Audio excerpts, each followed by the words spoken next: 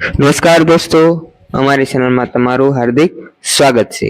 આજની સ્ટોરી આકાશને અડતા પર્વતો, ઠંડી પવન અને કુદરતની સુંદરતા એવી જ એક સફરમાં શરૂ થઈ હતી આ પ્રેમ કથા।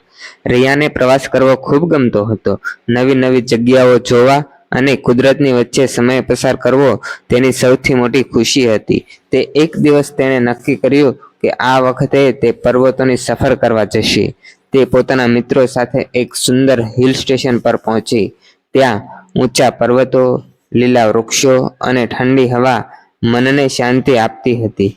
એ જ જગ્યાએ અરવિંદ પણ પોતાના મિત્રો સાથે ટ્રેકિંગ માટે આવ્યો હતો। અરવિંદને પણ પર્વતો અને સાહસિક સફરોનો ખૂબ શોખ હતો। એક સવારે બધા લોકો ટ્રેકિંગ માટે નીકળ્યા। રસ્તો થોડો મુશ્કેલ હતો। ચાલતા ચાલતા રિયા થોડી થાકી ગઈ અને એક પથ્થર પર બેસી ગઈ।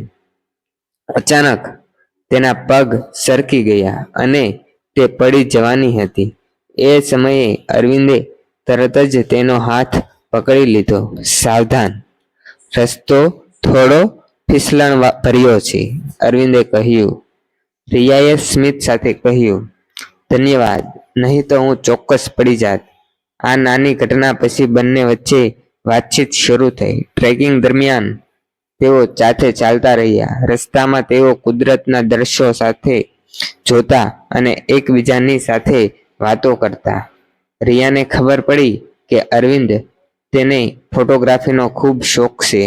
તે પર્વતો અને કુદરતના સુંદર ફોટા લેતો હતો। બીજી તરફ રિયાને ગીત ગાવાનો અને લખવાનો શોખ હતો। સફરના બીજા દિવસે બંને એક સુંદર વ્યૂ પોઈન્ટ પર ગયા। ત્યાંથી આખો પર્વત અને નીચે વહેતી નદી દેખાતી હતી। સૂર્યાસ્તનો દ્રશ્ય એટલો સુંદર હતો કે બંને થોડીક ક્ષણ માટે મૌન થઈ ગયા। અરવિંદે કહ્યું, કુદરત કેટલી સુંદર છે ને, પણ આજે આ દ્રશ્ય વધુ સુંદર લાગે છે। રિયાએ પૂછ્યું, એ કેમ? અરવિંદે હળવું સ્મિત કરીને બોલ્યો, કારણ કે આજે આ દ્રશ્ય તારી સાથે જોઈ રહ્યો છું। આ શબ્દો સાંભળીને રિયા થોડું શરમાઈ ગઈ, પરંતુ તેની આંખોમાં ખુશી દેખાતી હતી। સફરના છેલ્લા દિવસે બંનેને લાગ્યું કે આ થોડા દિવસોમાં તેઓ એકબીજાના ખૂબ નજીક આવી ગયા છે। હવે વિદાય લેવાનો સમય આવી ગયો હતો।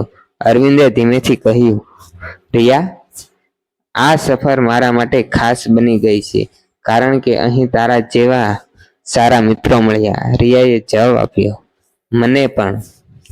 કદાચ આ સફર મારી યાદોમાં હંમેશા રહેશે। બંનેએ એકબીજાના સંપર્ક નંબર લીધા। સમય પસાર થતો ગયો, પરંતુ તેમની મિત્રતા સતત વધતી ગઈ। વાતો કરતા કરતા તેઓ સમજ્યા કે તેમની લાગણીઓ મિત્રતા કરતાં વધારે છે। થોડા સમય પછી તેઓ ફરી એ જ પર્વતો પર મળ્યા, પરંતુ આ વખતે માત્ર મિત્રો નહીં, પરંતુ એકબીજાને પ્રેમ કરનાર બે દિલ તરીકે। પર્વતોની વચ્ચે શરૂ થયેલ તેમની વાર્તા આખરે સુંદર પ્રેમ કથામાં બદલાઈ ગઈ। જો મિત્રો તમને અમારી આવી લવ સ્ટોરી ગમતી હોય તો તમે અમારી ચેનલને લાઈક કરો, શેર કરો અને સબસ્ક્રાઈબ કરો। Thank you.